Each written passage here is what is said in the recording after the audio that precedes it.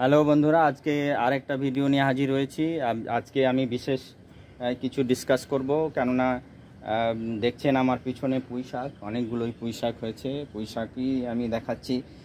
কারণ হচ্ছে এখানে যে টবে আমি যে সমস্ত গাছগুলো লাগাই মাটিতে অনেক দিন দীর্ঘদিন হওয়াতে সেগুলো নষ্ট হয়ে গেছে, উর্বর শক্তি নেই।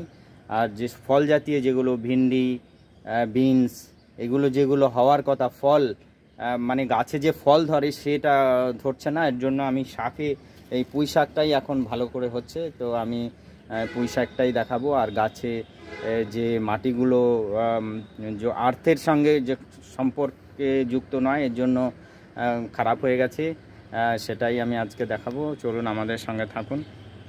দেখুন, মাটি দীর্ঘদিন এই টাবের মধ্যে থাকায় এর উর্বর শক্তি একদমই কমে। যদিও আমি কিচেন ওয়েস্ট, দেখুন কিচেন ওয়েস্ট, এই দেখুন ডিমের খোলা, এগুলো সব দিতে থাকি, তবুও এর উর্বরতা মানে ফল ধরার যে শক্তি সেটা কমে গেছে। এর জন্য আমরা শাক জাতীয় যেগুলো শুধুই শাক হয় সেই জাতীয় জিনিস আমরা ইয়ে করছি। দেখুন আমার পুঁই শাকটা খুব ভালোই হচ্ছে। দেখুন পুঁই শাক আবার হয়েছে, পুঁই শাক দেখুন নিচে উপরে।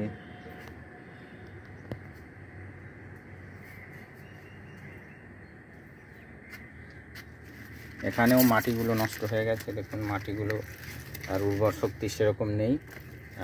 পুঁই শাকটা বেশ ভালোই হচ্ছে, তো আমরা পুঁই শাকটাই লাগিয়েছি। পুঁইটাই অসাধারণ, কেননা মাটির মধ্যে নিচে জমিতেও এত সুন্দর হয় না যেটা এখানে হচ্ছে। দেখুন মোটা, এত সুন্দর মোটা হয়েছে পুঁই শাক। আর এইদিকে দেখুন এত বড় হয়ে গেছে। দেখুন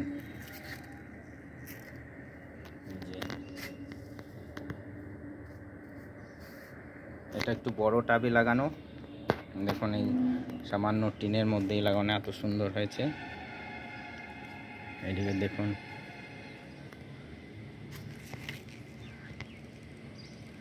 বর্ষা শেষ হয়ে গেলে এই সতেজতাটা কমে যাবে। এইদিকে দেখুন, এইদিকে কত লম্বা হয়েছে। আজকে আমি কিছু পাতা তুলে নেব, এই পাতাগুলো তুলে নেব।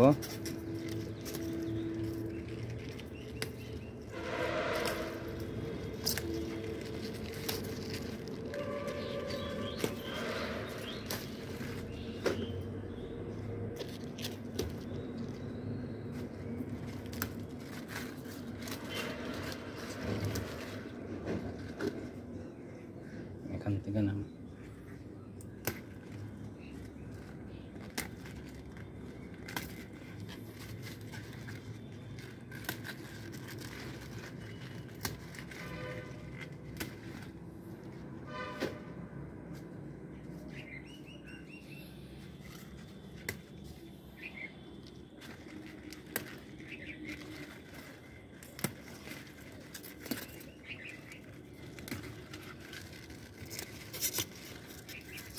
পাতাগুলো দিয়ে মিক্স সবজি হবে। দেখুন শুধু পাতাগুলো তুলে নেব।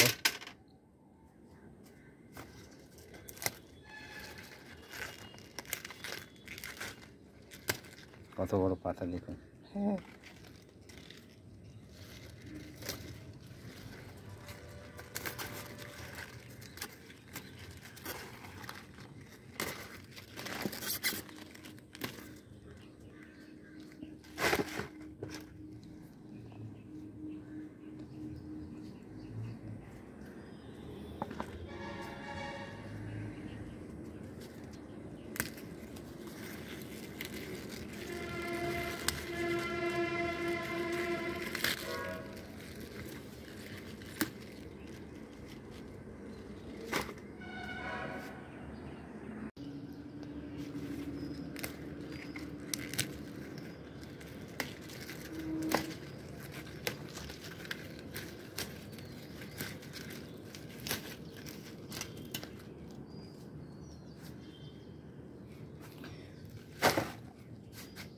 এই দেখুন আমরা এতগুলো পাতা তুলে নিয়েছি, আর এই যে কলমির শাক, এই দুটো মিলে আজকে হবে।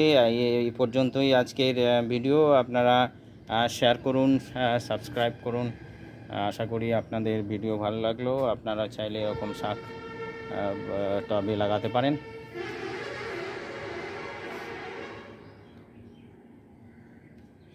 Thank you very much.